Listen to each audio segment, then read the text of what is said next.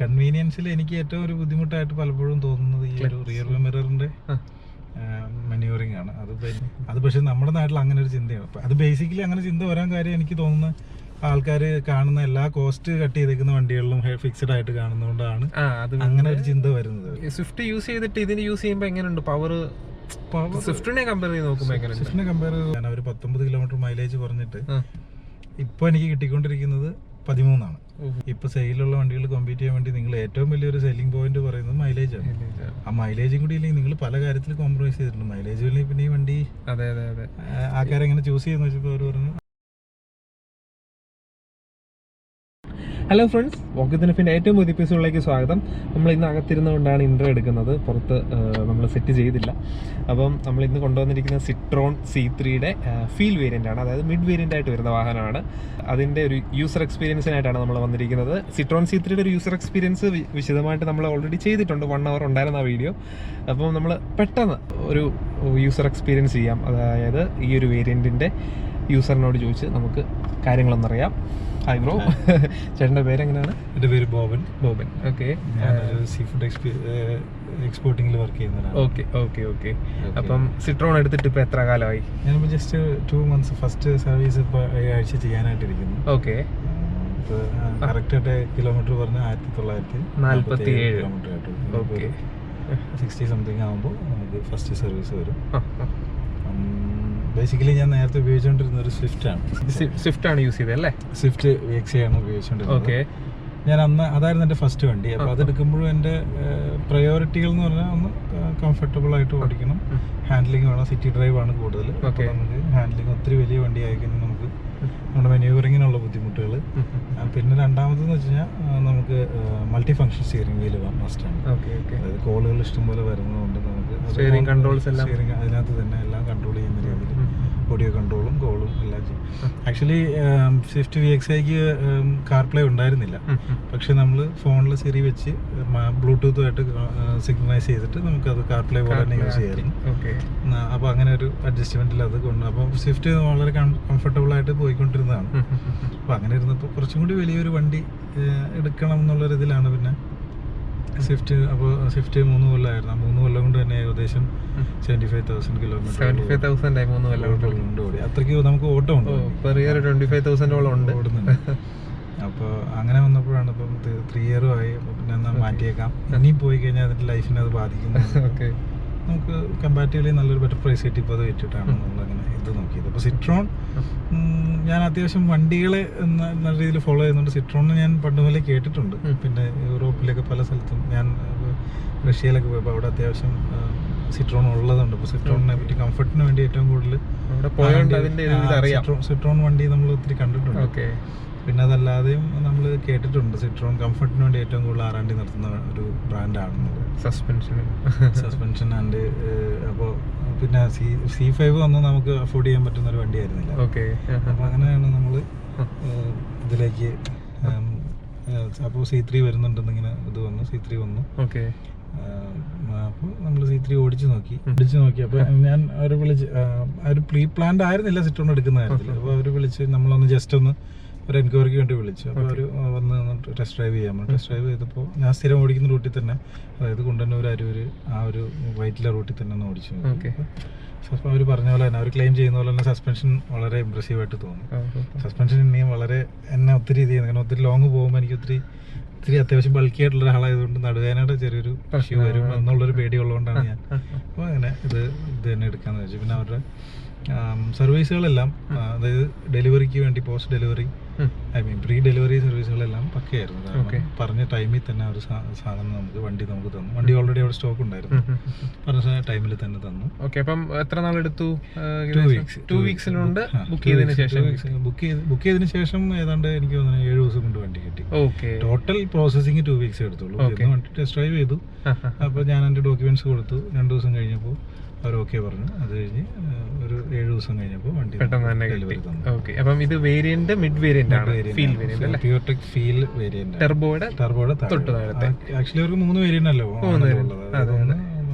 Live, പിന്നെ ഫീലും, പിന്നെ turbo. Automatic ഒക്കെ കൊണ്ടുവരണമായിരുന്നല്ലേ? ഓട്ടോമാറ്റിക് ഉണ്ടായിരുന്നു. ഓട്ടോമാറ്റിക് ടു ബി ഫാൻ, ഞാൻ ഓട്ടോമാറ്റിക് അത്ര ഒരു ഫാൻ അല്ല. പക്ഷെ ഈ കൺവീനിയൻസിൽ എനിക്ക് ഏറ്റവും ഒരു ബുദ്ധിമുട്ടായിട്ട് പലപ്പോഴും തോന്നുന്നത് ഈ ഒരു റിയർ വ്യൂ മിററിന്റെ മാനൂവറിംഗ് ആണ്. അതിപ്പോ എനിക്ക് ഈ സൈഡ് ഓക്കെ, ആ സൈഡ് വരുമ്പോ ഒറ്റയ്ക്കുള്ളപ്പോ ബുദ്ധിമുട്ടാണ്. അതിന് വൈഫ് ഓടിക്കുമ്പോ വൈഫിന്റെ ഇതിലിങ്ങനെ ചെയ്യാൻ പാടല്ലേ? അതെ, വൈഫ് ഓടിക്കുമ്പോൾ വൈഫിന് വേണ്ടിയിട്ട് അത് അഡ്ജസ്റ്റ് ചെയ്ത്, പിന്നെ ഞാൻ ഒറ്റയ്ക്കാണ് ഇപ്പൊ കൂടെ അവിടെ കോ പാസഞ്ചർ ഉണ്ടെങ്കിൽ നമ്മുടെ ഇതിനെ കൺവീനിയൻസിന് അഡ്ജസ്റ്റ് ചെയ്യാൻ അവരോട് പറയും.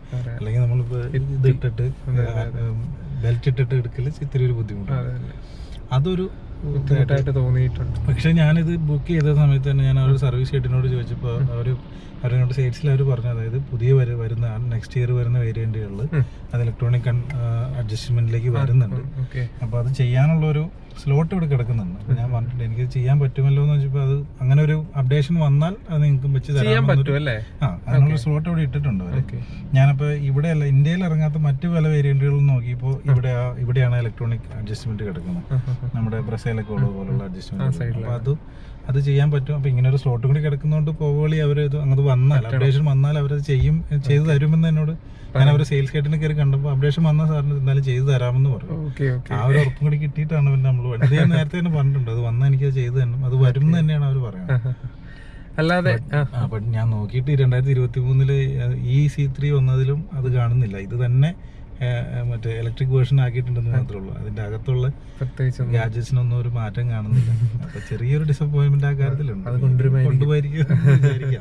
ഇത് കൂടാതെ എന്തൊക്കെയാണ് പോരായ്മകൾ? ഇപ്പൊ നമ്മൾ നേരത്തെ യൂസർ റിവ്യൂ ചെയ്തതിനകത്ത് ഇതിന്റെ ഹെഡ് റെസ്റ്റ് അഡ്ജസ്റ്റബിൾ അല്ലാത്തതിന്റെ ഒരു ബുദ്ധിമുട്ട് പറഞ്ഞിട്ടുണ്ടായിരുന്നു. പിന്നെ ചില കാര്യങ്ങൾ ഈ പറഞ്ഞ പോലെ ചില കാര്യങ്ങൾ ഗാഡ്ജറ്റ്സ് അല്ലെങ്കിൽ ചില കാര്യങ്ങൾ ഗിമിക്സ് ആയിട്ടുള്ള ചില കാര്യങ്ങൾ അത് ഓരോരുത്തരുടെ പ്രിഫറൻസ്, പേഴ്സണൽ പ്രിഫറൻസ്. ഇപ്പൊ എനിക്ക് ഞാൻ നേരത്തെ വണ്ടിയിൽ ബേസിക്കലി ഇന്ത്യയിൽ എന്ന് വെച്ച് കഴിഞ്ഞാൽ ഹെഡ് റെസ്റ്റ് അഡ്ജസ്റ്റബിൾ ആവുക, അതുപോലെയുള്ള ചില കാര്യങ്ങൾ പ്രീമിയം വണ്ടികളുടെ ഒരു ഇതായിട്ട് ചിന്തിക്കുന്നുണ്ട്. പക്ഷെ നമ്മൾ പുറത്തേക്ക് നോക്കിക്കഴിഞ്ഞാൽ fixed head rest high premium വണ്ടികളിലും ഫിക്സഡ് ഹെഡ് റെസ്റ്റ് ഉള്ള വണ്ടികളുണ്ട്. സ്പോർട്സ് കാർ അടക്കമുള്ള വണ്ടികൾക്ക് അഡ്ജസ്റ്റബിൾ അല്ല. അത് പക്ഷെ നമ്മുടെ നാട്ടിൽ അങ്ങനെ ഒരു ചിന്തയാണ്. അത് ബേസിക്കലി അങ്ങനെ ചിന്ത വരാൻ കാര്യം എനിക്ക് തോന്നുന്നത് ആൾക്കാർ കാണുന്ന എല്ലാ കോസ്റ്റ് കട്ട് ചെയ്തേക്കുന്ന വണ്ടികളിലും ഫിക്സഡ് ആയിട്ട് കാണുന്നതുകൊണ്ടാണ് അങ്ങനെ ഒരു ചിന്ത വരുന്നത്. പക്ഷെ ഇത് നമ്മൾ ഓടിക്കുമ്പോൾ ഇത് രണ്ടും പ്രത്യേകിച്ച് നമുക്ക് ഡിഫറൻസ് ഒന്നുമില്ല, വളരെ സെയിം. നമ്മൾ വണ്ടി ഓടിക്കുമ്പോൾ അതിൻ്റെതായ ഒരു വ്യത്യാസങ്ങൾ തോന്നിയിട്ടില്ല. അതുകൊണ്ട് തന്നെ അതൊന്നും എനിക്കൊരു വിഷയമായിട്ട് തോന്നില്ല. എനിക്ക് ഏറ്റവും ഇതായിട്ട് തോന്നി റിവ്യൂവിന്റെ കേസ് മാത്രമേ ഉള്ളൂ. പിന്നെ പവറിന്റെ കേസിലേക്ക് വരുമ്പോൾ പവർ ഇപ്പൊ ഞാൻ കേട്ടെടുത്തോളം എല്ലാവരും പറയുന്നത് ഈ ഒരു സെഗ്മെന്റിലുള്ള ഇപ്പൊ മാഗ്നറ്റ് ആവട്ടെ, ക്യുഡ് ആവട്ടെ, ക്യുഡ് അല്ല കൈഗർ ആവട്ടെ, പഞ്ചാവട്ടെ, അതിനേക്കാളെല്ലാം ലാഗ് കുറവാണ് ഈ വണ്ടിക്കുന്നാണ് എല്ലാവരും. പഞ്ച് ഞാൻ ചെയ്തിട്ടില്ല. ടാറ്റയുടെ വണ്ടി ഞാൻ അങ്ങനെ നോക്കാറില്ല, ടാറ്റയുടെ വണ്ടികൾ നോക്കിയിട്ടില്ല. അപ്പൊ അത്യാവശ്യം റേഞ്ചും അത്യാവശ്യം ഹൈപ്പും വരുന്നുണ്ട് വണ്ടികൾക്ക്, ഒത്തിരി സെയില് വരുന്നുണ്ടെങ്കിൽ ഞാൻ അങ്ങനെ ടാറ്റയുടെ എഞ്ചിൻ ഇപ്പോഴും അങ്ങനെ റിലയബിൾ ആണെന്ന് എനിക്ക് ഫീൽ ചെയ്തിട്ടില്ല. ഓരോരുത്തരുടെ ചോയ്സ് ആണ്. ഞാൻ ഇന്ത്യക്കൊക്കെ ഓടിച്ചിട്ടുണ്ട്, എനിക്ക് ഭയങ്കര ഇഷ്ടമുള്ള വണ്ടിയായിരുന്നു. പക്ഷെ അതിന്റെ അത്ര ഒരു തോന്നിയിട്ടില്ല. അതുകൊണ്ട് ടാറ്റ. പിന്നെ ഞാൻ മാരുതി തന്നെയായിരുന്നു, ബലാനോ ആയിരുന്നു എന്റെ പ്രിഫറൻസിൽ ഉണ്ടായിരുന്നത്. അപ്പം സ്വിഫ്റ്റ് യൂസ് ചെയ്തിട്ട് ഇതിന് യൂസ് ചെയ്യുമ്പോൾ എങ്ങനെയുണ്ട് പവർ? സ്വിഫ്റ്റിനെ കമ്പയർ ചെയ്ത് നോക്കുമ്പോൾ നമുക്കൊരു ഓവർടേക്കിംഗ് ഒക്കെ വരുമ്പോൾ അത്ര കോൺഫിഡൻസ് നമുക്ക് തോന്നുന്നില്ല. കാരണം സ്വിഫ്റ്റ് ഒരു 4 സിലിണ്ടർ എഞ്ചിനാണ്, ഇതൊരു 3 സിലിണ്ടർ എഞ്ചിനാണ്. പിന്നെ ഒരു ലാഗ് ഉണ്ട്. നമ്മളൊന്ന് കാല് കൊടുക്കുമ്പോൾ നമുക്ക് ഇപ്പൊ ഫോർ എക്സാമ്പിൾ നമ്മളൊരു ക്ലൈംബിൽ വരുമ്പോൾ തേർഡിൽ നിന്ന് സെക്കൻഡിലേക്ക് ഇട്ട് കഴിഞ്ഞാൽ സെക്കൻഡില് ആ എഞ്ചിനിലേക്ക് ഇത് പിടിച്ചു വരുമ്പോഴത്തേക്കും ഫസ്റ്റിന്റെ സ്പീഡ് ആവും. ലാഗ് ശരിക്കും അത് ചില സമയത്ത്. പിന്നെ നമ്മൾ സ്പീഡിലിട്ട് അങ്ങ് ചെയ്താൽ കാല്. ഞാൻ പിന്നെ പരമാവധി മാക്സിമം ഈ വണ്ടിയുടെ മൈലേജിനെ എക്സ്പ്ലോയിറ്റ് ചെയ്യാൻ ശ്രമിച്ചിട്ടുണ്ട്. ഇപ്പൊ തന്നെ ഞാൻ അന്ന് എടുത്തപ്പോൾ മുതൽ ഇപ്പൊ വരെ ഞാൻ യൂസ് ചെയ്തിട്ടുണ്ട്. ഓരോ പ്രാവശ്യം ഡേറ്റ് വെച്ച് എത്ര കിലോമീറ്റർ അടിച്ചു ഞാൻ അവരോട് പറഞ്ഞു. കാരണം അവർ 19 കിലോമീറ്റർ മൈലേജ് പറഞ്ഞിട്ട് ഇപ്പൊ എനിക്ക് കിട്ടിക്കൊണ്ടിരിക്കുന്നത് 13 ആണ്. അപ്പോൾ ഞാൻ അവരോട് ഒന്ന് സെർച്ച് ചെയ്ത് നോക്കി എങ്ങനെയാണ് യൂസർ റിവ്യൂ നോക്കിയപ്പോൾ അവര് നെറ്റിൽ കിടക്കുന്ന യൂസർ റിവ്യൂ 12.5 ആണ്. അപ്പൊ ഞാൻ നോക്കുമ്പോൾ 1/2 കിലോമീറ്റർ എനിക്ക് കൂടുതലാക്കണം. അപ്പൊ ഞാൻ അവരെ വിളിച്ച് ചോദിച്ചിട്ട് നിങ്ങൾ ബേസിക്കലി നിങ്ങൾ മാരുതിയായിട്ട് കോമ്പീറ്റ് ചെയ്യാൻ വേണ്ടിയിട്ട്, അല്ലെങ്കിൽ അതുപോലുള്ള ഇപ്പൊ സെയിലുള്ള വണ്ടികൾ കോമ്പീറ്റ് ചെയ്യാൻ വേണ്ടി നിങ്ങൾ ഏറ്റവും വലിയൊരു സെല്ലിംഗ് പോയിന്റ് പറയുന്നത് മൈലേജ് ആണ്. ആ മൈലേജും കൂടി ഇല്ലെങ്കിൽ നിങ്ങൾ പല കാര്യത്തിൽ കോംപ്രമൈസ് ചെയ്തിട്ടുണ്ട്. മൈലേജ് ഇല്ലെങ്കിൽ പിന്നെ ഈ വണ്ടി ആൾക്കാരെങ്ങനെ ചൂസ് ചെയ്യുന്ന വെച്ചപ്പോൾ അവർ പറഞ്ഞു അങ്ങനെയല്ല സാർ, ക്ലൈംബ് ചെയ്ത് വരും. പക്ഷെ അവര് പറഞ്ഞു ശരിയാണെന്ന് എനിക്ക് തോന്നിയത് എന്തുകൊണ്ടാന്ന് വെച്ചാല് ഞാൻ ആദ്യം മുതൽ ഓരോ പ്രാവശ്യം പെട്രോൾ അടിക്കുമ്പോഴും ഞാൻ ഇത്ര കിലോമീറ്റർ ഇത്ര കിലോമീറ്റർ കറക്റ്റായിട്ട് കിലോമീറ്റർ നോട്ട് ചെയ്തും ഫോണിൽ നോട്ട്സിൽ നോട്ട് ചെയ്തിട്ടുണ്ട്.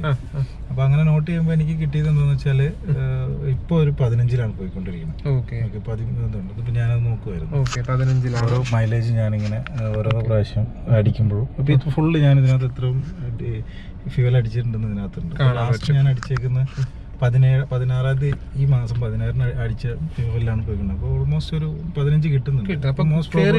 കയറി വരുന്നുണ്ട്. അപ്പോൾ അവർ പറഞ്ഞ സെക്കൻഡ് സർവീസ് കഴിയുമ്പോൾ തൊട്ട് സാറ് നോക്കിയാൽ മതി, അതിന് ശേഷം വന്നില്ലെങ്കിൽ നമുക്ക് നോക്കാം. എനിക്ക് അപ്പോൾ ആ ഒരു ഇതിൽ അവർ പറഞ്ഞത് ഒരു കൺവിൻസിങ് ആയിട്ട് തോന്നി. ഇപ്പോൾ തന്നെ 15 ആയിട്ടുണ്ട്.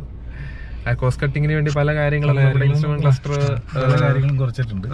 അപ്പൊ ഇതിനെ പറ്റി എങ്ങനെയുണ്ട്? ഇൻസ്ട്രുമെന്റ് ക്ലസ്റ്റർ ബുദ്ധിമുട്ടായിട്ട് തോന്നുന്നുണ്ടോ? ഒന്നും തോന്നില്ല, കാരണം അതിലേക്കൊന്നും നമ്മൾ നോക്കാറില്ല. കാരണം വണ്ടി കംഫർട്ടബിൾ ആയിട്ട് ഓടിക്കണം എന്നുള്ളത് മാത്രമേ ഉള്ളൂ. ആ ഒരു പെർസ്പെക്റ്റീവിൽ നോക്കുന്നവർക്ക് ഇഷ്ടപ്പെടും വണ്ടി. കാരണം എന്തൊക്കെ പറഞ്ഞാൽ ഇത്തരം ചില ഇപ്പം നമ്മള് അങ്ങനെ നോക്കി ഹ്യുണ്ടായി കിയ പോലുള്ള വണ്ടികൾക്ക് അത്യാവശ്യം നല്ല ഫീച്ചേഴ്സ് കണക്ടിവിറ്റി ഫീച്ചേഴ്സ് ഉണ്ട്. പക്ഷെ കണക്ടിവിറ്റി ഫീച്ചേഴ്സ് ഒരു പരിധി കൂടുതൽ നമ്മൾ വണ്ടിയിൽ ആവശ്യമുണ്ടെന്ന് എനിക്ക് തോന്നിയിട്ടില്ല. അത് ഓരോരുത്തരുടെ പെർസ്പെക്റ്റീവ്. ചിലർക്ക് അങ്ങനെ തോന്നും, ചിലർക്ക് ഇപ്പൊ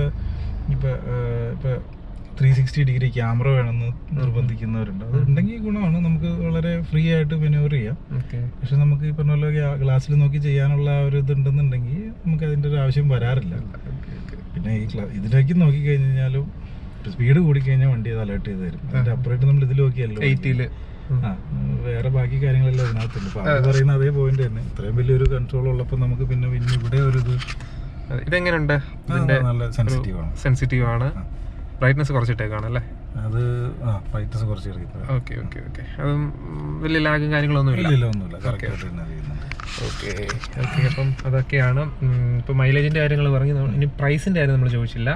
ഇതിന് വണ്ടി എടുത്തപ്പോൾ ഓൺ റോഡ് പ്രൈസ് എത്രയായിരുന്നു മിഡ് വേരിയന്റിന് വന്നത്? മിഡ് വേരിയന്റ് അവർ നമ്മൾ പറഞ്ഞത് 8.18 ആണ് പറഞ്ഞത്. 1,18,000 രൂപ ഓൺ റോഡ് വരും എന്നാണ് പറഞ്ഞത്. അപ്പം ഞാൻ പറഞ്ഞു ഇപ്പം നിങ്ങളുടെ വണ്ടി ഇപ്പം നമുക്ക് ഓഫറൊന്നുമില്ല, ഡിസംബർ ആയിരുന്നു. അപ്പോൾ അവരപ്പം തന്നെ ഇൻസ്റ്റന്റ് ഒരു 38 സംതിങ് ഇട്ടിട്ട് ഞാൻ വണ്ടി ഓൺ റോഡ് വന്നത് 7,78,000 ആണ്. 7,78,000 കിട്ടി അല്ലേ? ഓക്കെ അപ്പം ആ ഒരു വിലയ്ക്ക് നല്ലൊരു ഓപ്ഷനാണ്.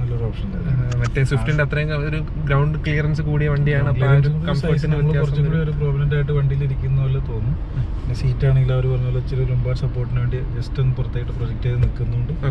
നമുക്ക് ലോങ് പോയാലും വലിയ ബുദ്ധിമുട്ട് തോന്നുന്നില്ല. പിന്നെ വേറെ കുറവുകളായിട്ട് അങ്ങനെ ഒന്നും തോന്നിയിട്ടില്ല. ഇഷ്ടപ്പെട്ടു. ഫ്രണ്ട്സ് ഓടിക്കുന്നവരെല്ലാരും ഈ പറഞ്ഞ പോലെ അത്യാവശ്യം കാല് കൊടുക്കുമ്പോൾ ആ ഒരു പവർ കുറവുണ്ടോ, പക്ഷെ എല്ലാവരും പറയും വണ്ടി സൈലന്റ് ആണ്, സ്മൂത്ത് ആയിട്ട് നമുക്ക് പോവാം. പിന്നെ നമ്മുടെ ഒരു പർപ്പസ് വെച്ചിട്ടാണ് നമ്മൾ ഓരോ വണ്ടി എനിക്കെന്ന് വെച്ച് കഴിഞ്ഞാൽ ഞാൻ ഒറ്റയ്ക്ക് തന്നെ ഫുൾ ടൈം ഇതിങ്ങനെ ഓടിച്ച് നടക്കുമ്പോൾ പരമാവധി മൈലേജ് കിട്ടുക, പരമാവധി കംഫർട്ടബിൾ ആയിട്ട് പോവുക. കംഫർട്ടബിൾ ആയിട്ട് പോവുക.